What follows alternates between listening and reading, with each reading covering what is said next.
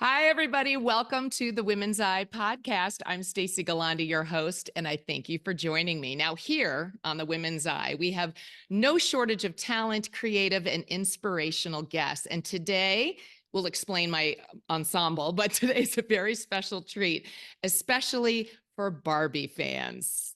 Ta-da!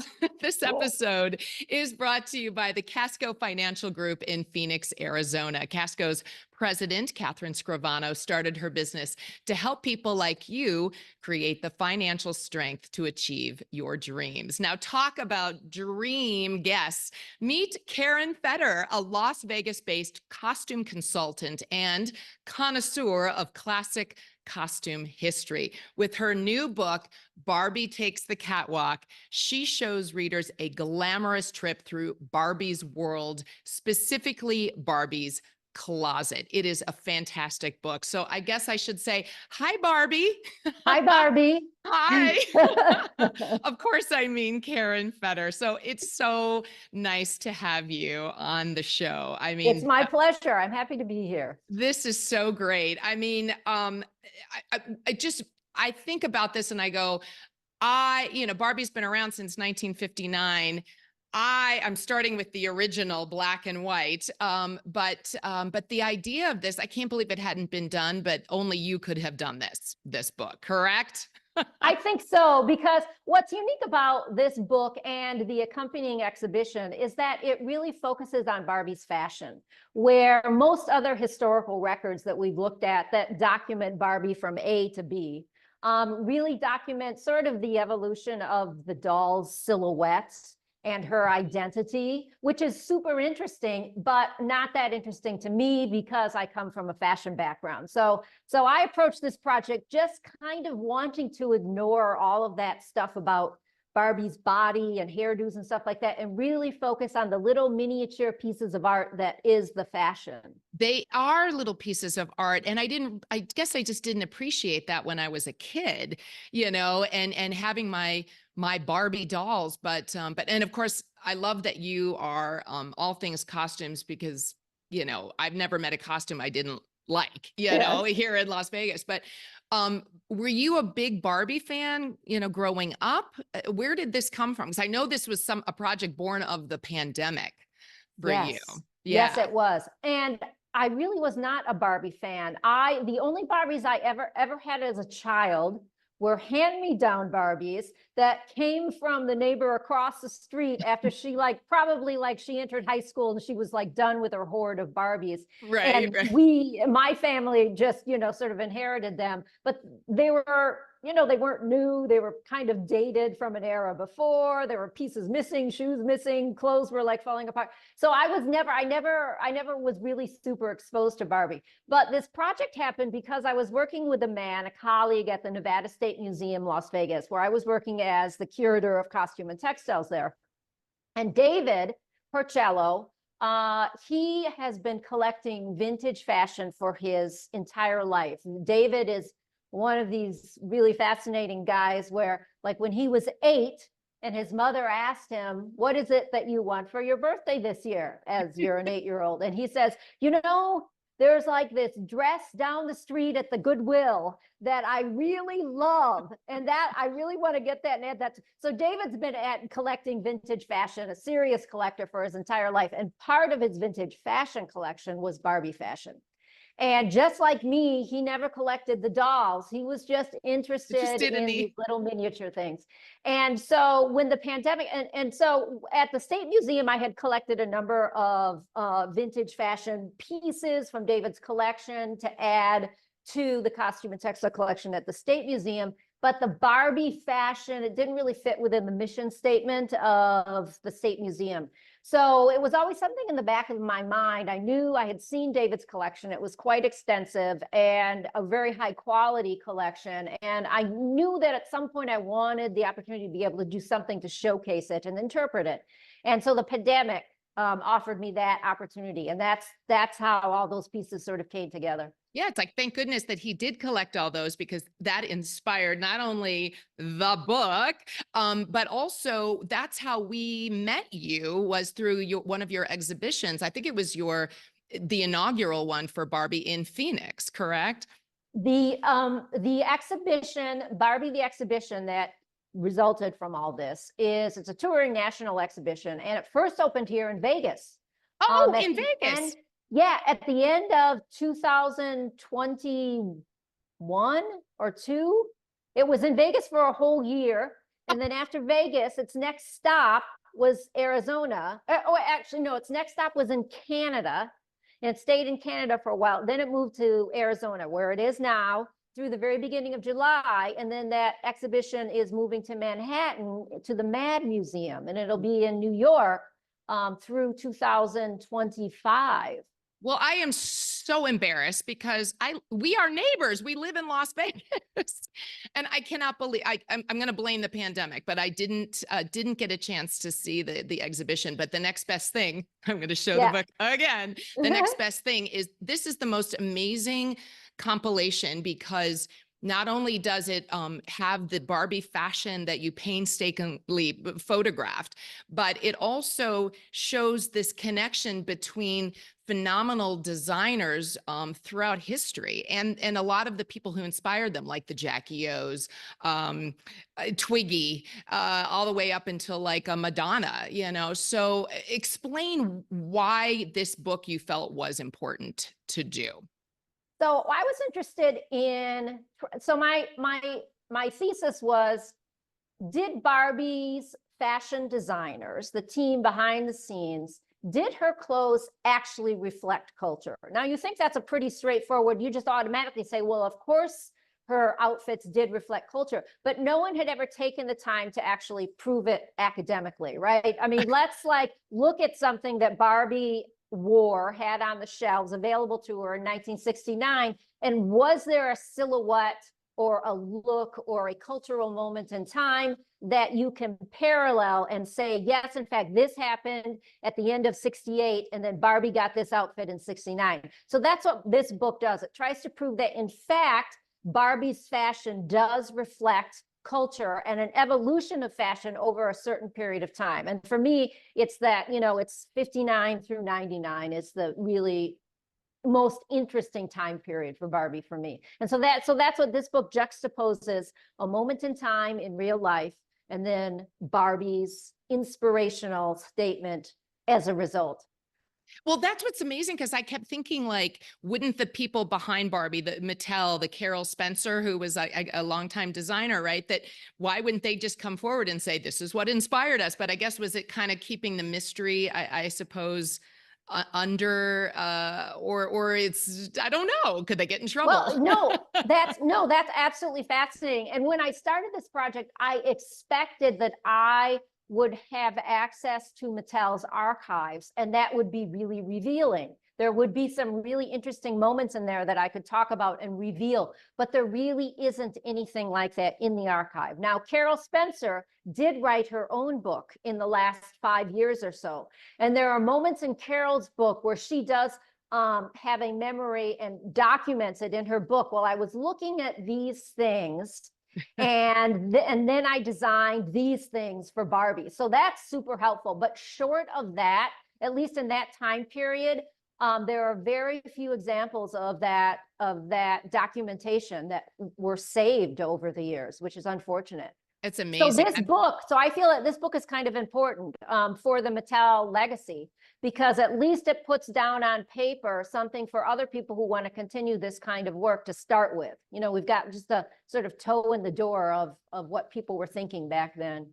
Oh, I know. It's fascinating. I mean, it's Jacqueline Onassis through her collaboration with Oleg Cassini. Correct.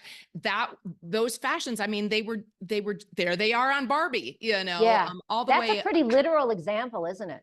Oh, it's absolutely stunning. And just the space age era as well. And I kind of I love the disco, and then that bohemian era. That's, I was born in the 60s, raised in the 70s and 80s. So that was very much. And then the whole Dynasty collection, which is so fun, with Nolan Miller. And I just love how to tap back into these designers like the Givenchy, I wrote them down, Balenciaga. Somebody just said I reminded them of Mary, say her name, Mary Quant. Quant, who was very 60s, it's just and this must have been so fun for you to put this book together. Yeah, it really was fun. And, the discoveries along the way were absolutely fascinating, where you feel like you're stepping back in time and looking at the same things that the designers, Barbie's designers, were looking at. You really see a direct correlation and what was important to them and how they crafted Barbie's identity through these fashions, through these choices. Like, it was very important. Carol Spencer designed a few things that she makes note of, that she was inspired by Jackie Onassis Kennedy, which was just Jackie Kennedy at the moment. And that's interesting, right? Why was she so important to the Barbie identity? Well, we can come up with all sorts of ideas, but even the team behind the scenes felt that her personality, Jackie's personality, was important to portray and to be a symbol for Barbie's looks. That was really interesting. But what also was interesting were those moments in time that Barbie's team did not embrace, those fashion genres that Barbie's team did not embrace. Like, you never saw Barbie in the late 70s wearing anything punk. Punk was never part. No ear, pierced noses or any of those things. She didn't go there. She also she didn't like pick up on the Japanese theme of the 90s. She didn't do minimalism of the 90s. That wasn't interesting. So those are interesting choices too from the team behind the scenes. Yeah. And even when you think about, like, your timing was perfect with the Barbie movie, right? I mean, yeah, that couldn't have been more perfect. But even, Margot Robbie, when she was on every red carpet or pink carpet, the fashions that she emulated were really the ones from the earlier decades, I believe. And so much of, I think, the popularity of the film was based on the fashions too, of course. the impact. Yeah. Of course. And I heard when we were mounting the exhibition and I was working on the book, we would hear notes about the movie. We weren't working with the movie. The movie was working in their own silo and we were working in our own silos. And so we didn't collaborate. So we didn't know what each other were doing. We didn't really understand the timing. But during that period of time, I was trying to visualize how Jacqueline Durran would visualize the costumes for Barbie, because it would have been super easy for the costumes to get like into this caricature, cartoony mode. That would have been like low-hanging fruit, where to go with the look. But I thought they were very sophisticated and really thoughtfully executed. And I was just thrilled that she didn't make them kind of humorous, right? It would have been so easy to just make them kind of like a joke, but they really weren't. They were really important. And she collaborated with Chanel, the House of Chanel, just like the Barbie doll and the Barbie doll team did. So that was important, that legacy was continued in the film. So I thought the whole way that the costume designer approached the design for the film was really sort of embracing the legacy, but making it her own, really, really just smart and sophisticated. Absolutely. Speaking of smart and sophisticated, how did you get into the world of costume? Why did this become so much your passion, and really this is your livelihood? Yes. Well, my very first career was as a Hollywood costume designer. So I moved to Las Vegas from LA, where I had been designing for many years. I did television and film and loved that. And I also, very early in my career, my very first job, before I started doing my own design projects, I worked as a touring wardrobe supervisor for a golden age of Hollywood musical star named Mitzi Gaynor. Oh, goodness. Mitzi Gaynor is famous for her famous movie, South Pacific. That was where we first... Yeah, that's where we first met Mitzi. And she was one of these really great, famous song and dance stars of the 70s and 80s. And all of her costumes for her touring show they were designed by Bob Mackie. So I worked with Bob Mackie and fell in love with that really particular genre of variety cabaret costume. So I had that under my belt when I moved to Vegas. And when I moved to Vegas, one of my very first stops was the Liberace Museum, and the Liberace costume archive, of course, is famous for its cabaret costume. That's all Liberace did. And I found that I had this newfound sort of renaissance for cabaret costume, and it's a really specific art form. It's costume design, but it's different there's no reality based in it. It's really a fantastic genre. It just comes out of somebody's mind and organic, and it's I just guess. bigger than life. I mean, even bigger than for a small screen. It's, it has to be on a stage, a proscenium stage. So when I got to Vegas, I decided that I really wanted to make a right turn in my career, and I wanted to preserve, exhibit, and interpret entertainment costume, especially from this era of the 70s and 80s, but just vintage entertainment costume. And, it turned out that there was a lot of that kind of thing here in Vegas to think about. Yes. And I thank you so much too for that, because Folies Bergère was a long-running cabaret showgirl emphasized production at Tropicana, and of course with the Tropicana closing recently in Las Vegas, it just made me think, because 20 years ago I got to be a showgirl for a day at Folies Bergère, and or should I say Folies Bergère? But and it was so much fun. But you were instrumental in preserving those performance costumes or performance wardrobe, and which is, now is at Nevada State Museum, correct? Correct. Yeah. So when I landed at the museum, the show had already closed. The Folies Bergère show closed finally after 50 years in 2009. And for a number of years, the surviving costume stock was just stored backstage. And I would reach out to the folks at the Tropicana and say, the State Museum is super interested in collecting a few pieces to represent the show, so that we have in our archives for people to study going forward, for the community to remember the Folies Bergère. And there was never any interest on their end for many, many, many phone calls. And at some point I read that the Trop had booked ABBA, the show ABBA, into the stage show, into their theater. And I knew that was a super costume heavy show. And I thought, I bet that they're going to need all the space that the Folies Bergère costumes are taking up to actually logistically house the ABBA show. So in fact, that's exactly was the right time to call them back. And they said, if you guys from the museum can come and pick up everything over the weekend, it's yours. And that's what the director at the State Museum allowed us to do. And we collected over that weekend 8,000 pieces that survived from the show. And it's an absolutely priceless archive that shows the evolution of stage costume in a single show in Las Vegas from 59 to 2009. And there's